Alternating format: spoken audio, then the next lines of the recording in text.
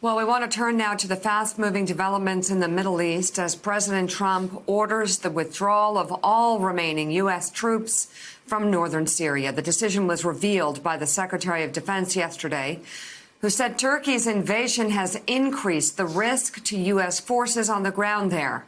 We get the latest from NBC News Chief Foreign Correspondent Richard Engel.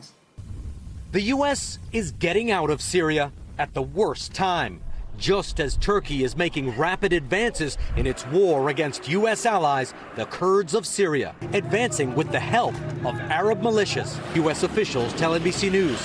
And they say the militias include former members of al-Qaeda and ISIS. It means Turkey, a NATO country, is using alleged terrorists to attack the Kurds, who fought with U.S. troops against ISIS for 4 years and carved out their own unofficial little state in the process. Now that autonomous zone the Kurds call Rojava is collapsing. And as the Turks and their militias push deeper into Syria, the big news dropped like a bomb. Nearly all of the 1,000 U.S. troops still in Syria are leaving, announced by Defense Secretary Mark Esper. So I spoke with the president last night. He directed that we begin a deliberate withdrawal. With no U.S. protection, the 2 million Kurds in Syria fear they'll be ethnically cleansed by Turkey and its militias. And ISIS is seizing this chaotic moment to regroup. Hundreds of family members of ISIS fighters today broke out of a detention camp. Amid all this, President Trump tweeting, "The Kurds and Turkey have been fighting for years. Others may want to come in and fight for one side or the other. Let them." And tonight, facing an assault they cannot stop, Kurdish forces called on Syria's President Bashar al-Assad, an ally of Russia, to deploy along the border. It's the end of Kurdish self-rule here, which they earned fighting alongside U.S. forces. A U.S. official told me it's a failure of U.S. values, helps American adversaries, and gives ISIS a new lease on life. Richard Engel, NBC News, Northern Syria. You know, David, the president's either lying or stupid. We'll let the president give us some insight into that later on today when he says that the Turks and the Kurds are fighting and we shouldn't get in the middle of it. Let's just get out of the way. Of course, Donald Trump knows, actually, so he must be lying. Donald Trump knows that we sent our troops over there because of the rise of ISIS, because of the ISIS state, because of all the people ISIS was killing, because of all the Westerners they were beheading, because of the danger that they posed, that Donald Trump said they posed, not only to the Western world, but to America. And now Donald Trump has removed American troops and now is cheering, basically, al-Qaeda and ISIS working alongside with Turkey to destroy, to help ISIS. It's just unspeakable. To help ISIS basically rebuild their caliphate and to ethnically cleanse the very people that helped destroy the caliphate. It's so painful, Joe, to watch this, if you've had a chance, as I have, to be on the ground with these American troops and their Kurdish allies. I've talked to people in the U.S. military who feel a sense of almost literally physical sickness as they try to digest this news. I'm told at a gathering Saturday night that included many senior Special Forces veterans and intelligence veterans, there was a mood of deep gloom at the sense of betrayal. For a U.S. military officer, the idea of leaving your allies in the field to be slaughtered by these guerrilla forces, their families to be attacked, it's just the hardest thing possible. This has been coming at us now for many, many months. Seems like a car wreck we're watching in slow motion. It finally just slammed. We now today see the breaking glass and the blood. It's a brutal process that Syria is conducting. I hear from contacts that President Trump is getting overwhelmed by requests from Republicans, from prominent Republicans, to re-examine this policy before it's too late. There was a tweet that President Trump put out yesterday amidst a flurry of them that suggested that he might impose unilateral sanctions against Turkey today. Congress, when it gets back later this week, is likely to vote those sanctions, so Trump might try to get out ahead of it. I just would note, it may be too late to put this toothpaste back in the tube, even if Trump announced sanctions. The Kurds have had to make a decision as a kind of ultimate realpolitik. Who can protect them? And they turned last night, as Richard Engel said in his report, to the Syrian regime and invited them to join them. The Syrian army is now at the border working with the Kurds because the Kurds decided, it's so hard to say this, the Kurds decided that America was not a reliable ally on whom they could depend, and they had to look elsewhere. So that reality is really sinking in for our military, and it's very painful for them. And, you know, John Heilemann, you look back to the 2016 campaign and see all the times in 15 and 16 that Donald Trump accused Barack Obama of inventing ISIS. Right. Because he took our troops out of Iraq, inventing ISIS.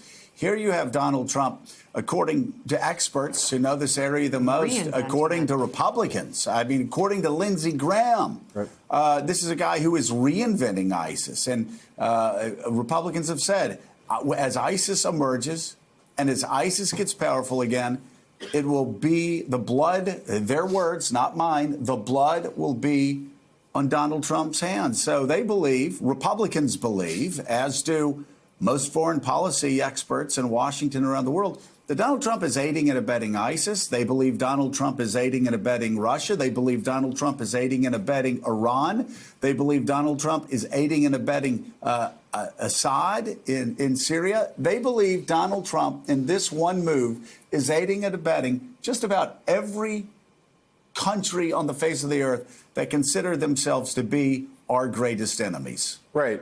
And at the same time, the only person or entity that Donald Trump is not aiding and abetting right now is himself, Joe. Because if you think about, you know, if you were giving political advice to Donald Trump at this moment a week ago, you would have said, hey, listen, Mr. President, you got a lot of problems here in the House of Representatives. You're going to get impeached. The road to salvation here is keeping that red wall solid behind you in the Senate. As long as you can keep all the Republicans lined up behind you, loyally standing by you, you'll survive any kind of a trial that when it comes to the Senate on this impeachment thing. Don't do anything to alienate any Republicans in the Senate. And then Trump goes ahead and does exactly the opposite with this move. In addition to all of the profound strategic global ramifications that this has, what he's done is he has created this shocking and really unprecedented in the era of Donald Trump, in the nearly 3 years he's been in office. We've never seen anything like this, where the wholesale condemnation of Donald Trump in public by Republicans, the president has invited that and thereby put himself in a position of vulnerability at the moment when he could use that, when he needs to have solidity. He's put himself in a position of vulnerability. And I think it's really one of the most, it's a mystery. It's so averse to his own self-interest that it is a profound mystery of what it is that actually got into Donald Trump's head at the moment when he decided to invite this kind of this behavior. So we'll see at some point. I think there's a story here to be told. I don't know what the answer is, but it is a really devastating thing that he's done both on the global level and in terms of his own politics. Hyman's right in terms of the political realities. It's a rare issue where Republicans, particularly those in the Senate, feel free to break with him publicly and loudly over this policy. It is a campaign promise he had made to pull U.S. troops back, although it flies in the face, of course, of his other promise to stomp out ISIS. It's one where he was outmaneuvered by Erdogan in a phone call at the White House a few weeks ago, and he has received almost universal condemnation. And it also goes to show, again, the lack of guardrails around him. There's no voices in the administration or even over at the Pentagon who could stand up to him. And let's talk for a moment about former Defense Secretary James Mattis, who just released a new book and did a media tour supporting it and said he didn't want to criticize the president. The time wasn't right. This is the very issue that he resigned over. The president wanting to pull his troops, U.S. troops, out of Syria. People around Mattis have said that at the right moment he would speak, that he'd be compelled to talk. He would give his opinion, and if needed, take on the president. Yet he has still held his tongue. He is still, in media appearances, even over the weekend, has refused to do so. So, Joe, my question is this. For James Mattis, if not now, when? Very, very good question. It's a good question because, again, just talking to Republicans, Donald Trump, Republicans believe Donald Trump is aiding and abetting ISIS, the rise of ISIS. Iran. aiding and abetting Iran, according to Republicans, according to foreign policy experts, aiding and abetting Vladimir Putin and his expansion of power in the Middle East. Same with Assad. And who is endangered here? Our allies, the Kurds. Of course, Americans are, with the rise of ISIS. That will happen because of this move. And Israel.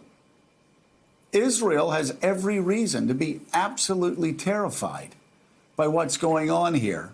Because with our small contingent of troops, David Ignatius, that just gives the Iranians that much more freedom, that much more power to expand across Syria and build that bridge to Israel, that land bridge to Israel that they have wanted for a long time. So they could help in every way possible anti-Israeli forces like Hezbollah. Joe, this is a policy that just makes no strategic sense at all and will hurt us, I fear, for years to come. I was in Beirut, Lebanon on Thursday and Friday, and I talked to every prominent Lebanese politician, and one after the other, they said things like, "We pity you. We feel sorry for America." The basic idea was that in this next period, the axis that's dominated by Iran includes Syria, the regime of Bashar al-Assad, and Russia, and maybe Turkey too, is just going to be on a roll. And America's friends have learned bitterly that they can't depend on us. And so this has become, in a week, the common wisdom in the Middle East. It's going to take a long time to dispel that sense that America is an unreliable partner. You know, Mattis has not spoken out, as Jonathan Lemire said. He's held his tongue. But if you read his resignation letter, he quit because he felt when America does not stand with its allies, it suffers irreparable harm. He repeated that yesterday. It'd be nice if he said it more specifically, but I think we all get the point that the damage that was done by the Syria decision will be lasting. Well, we're going to be talking a lot more about this issue. Admiral James Stavridis will be joining us ahead. Thanks for checking out MSNBC on YouTube, and make sure you subscribe to stay up to date on the day's biggest stories. And you can click on any of the videos around us to watch more from Morning Joe and MSNBC. Thanks so much for watching.